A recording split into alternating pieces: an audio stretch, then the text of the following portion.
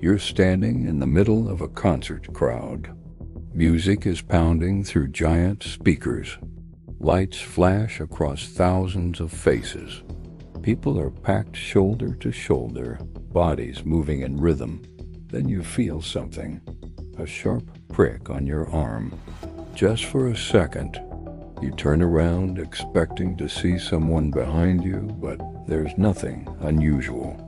Just strangers dancing, shouting, enjoying the show. At first you ignore it, but minutes later you feel dizzy. Your heart starts racing, your vision blurs, and suddenly a terrifying thought crosses your mind. Did someone just inject me with something? This is the fear behind one of the strangest modern urban legends spreading across music festivals and concerts. The story of the killer needle at concerts. A rumor that someone in the crowd is secretly stabbing people with syringes injecting drugs, diseases, or poisons. But like many modern fears, the truth is far more complicated than the story.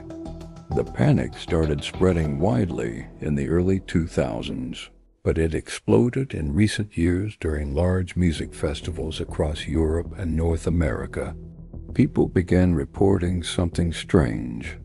They would be dancing in crowded venues when they suddenly felt a sharp sting. Afterward, they experienced symptoms like dizziness, nausea, confusion, or sudden fatigue. Some noticed small marks on their skin, tiny punctures, like a needle. The rumors spread instantly.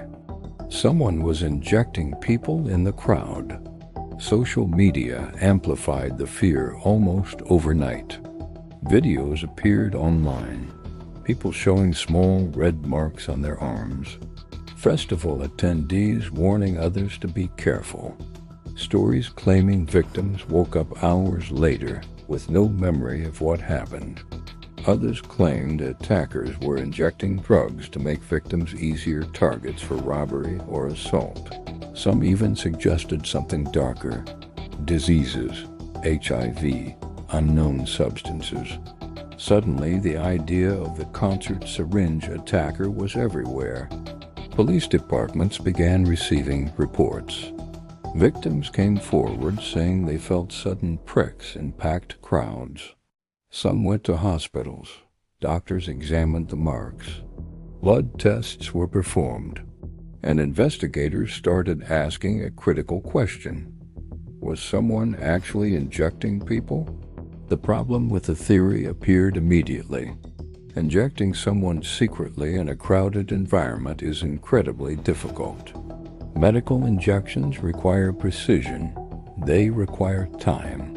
Even trained professionals struggle to insert needles quickly.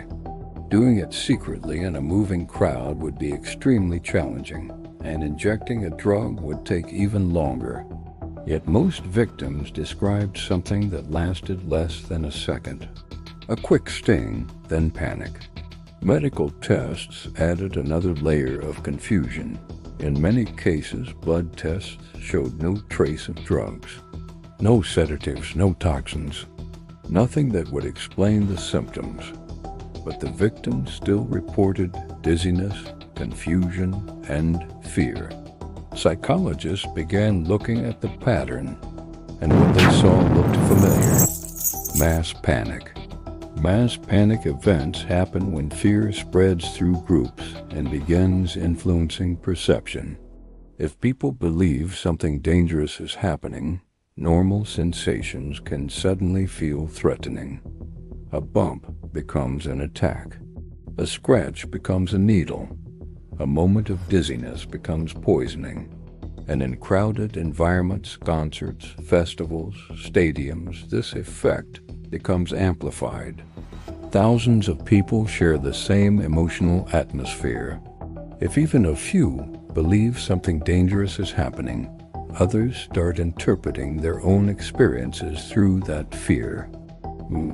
This doesn't mean people are lying. The sensation they felt was real, but the interpretation of that sensation changes once fear enters the picture. In dense crowds, people are constantly bumped.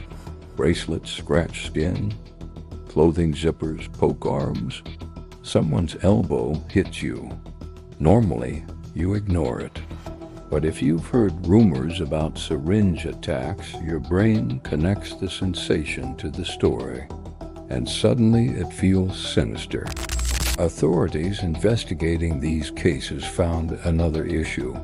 Actual syringes were rarely found. Despite hundreds of reports, physical evidence remained extremely limited. Few victims had marks consistent with injections, and even fewer showed medical signs of drug exposure. But rumors don't need evidence to spread. They need emotion. And the idea of someone secretly injecting people in a crowd is terrifying. It combines multiple fears at once. Fear of strangers, fear of disease, fear of losing control over your body. It turns a place meant for joy into a potential danger zone. Concert environments make this fear even stronger.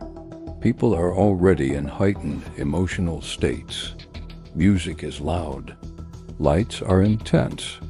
Alcohol or other substances may already be in people's systems. Adrenaline runs high. When something unexpected happens, a sudden sting, a moment of dizziness, the mind searches for an explanation. And rumors provide one instantly. The killer needle myth also reflects deeper cultural anxieties. For decades, societies have been haunted by stories of hidden contamination, poisoned candy on Halloween, HIV-infected needles left in movie theater seats, strangers spreading disease in public spaces. Each of these myths taps into the same primal fear, the idea that danger could come from anyone, anywhere, without warning. What makes the concert syringe panic unique is how quickly it spreads through digital networks. In the past, rumors traveled through word of mouth. Now they move through videos, posts, and screenshots. One alarming story can reach millions of people overnight, and each person who reads it becomes more alert, more suspicious, more likely to interpret ordinary sensations as threats. This doesn't mean malicious attacks never happen. Crime can occur in crowded places, but the scale described in these rumors, hundreds of random injections across festivals, has not been supported by consistent evidence. Investigations repeatedly struggle to confirm the claims, yet the fear persists.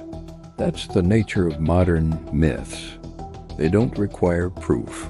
They require plausibility. And a crowded concert where strangers brush past you constantly feels plausible. In some cases, authorities believe panic itself caused physical symptoms. When someone believes they've been poisoned or injected, the body reacts. Heart rate increases. Breathing changes. Adrenaline surges. This can cause dizziness, nausea, and confusion.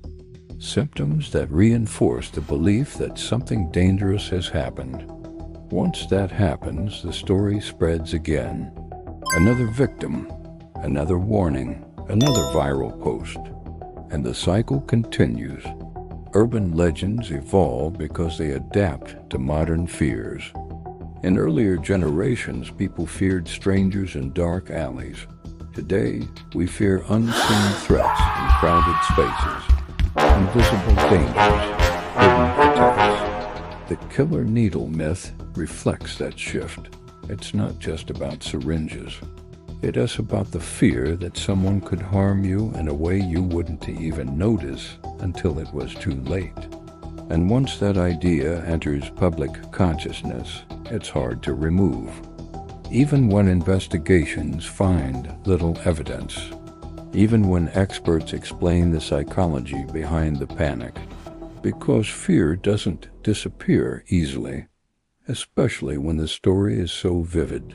So next time you're in a crowded concert, surrounded by strangers, music vibrating through the air, and you feel a sudden prick on your arm.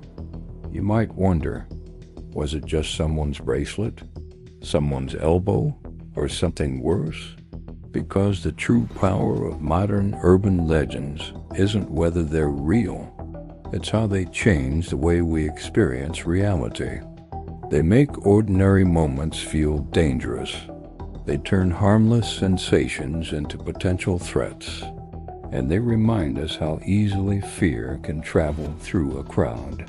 Faster than music. Faster than truth. If this story made you rethink how modern myths spread, hit the like button.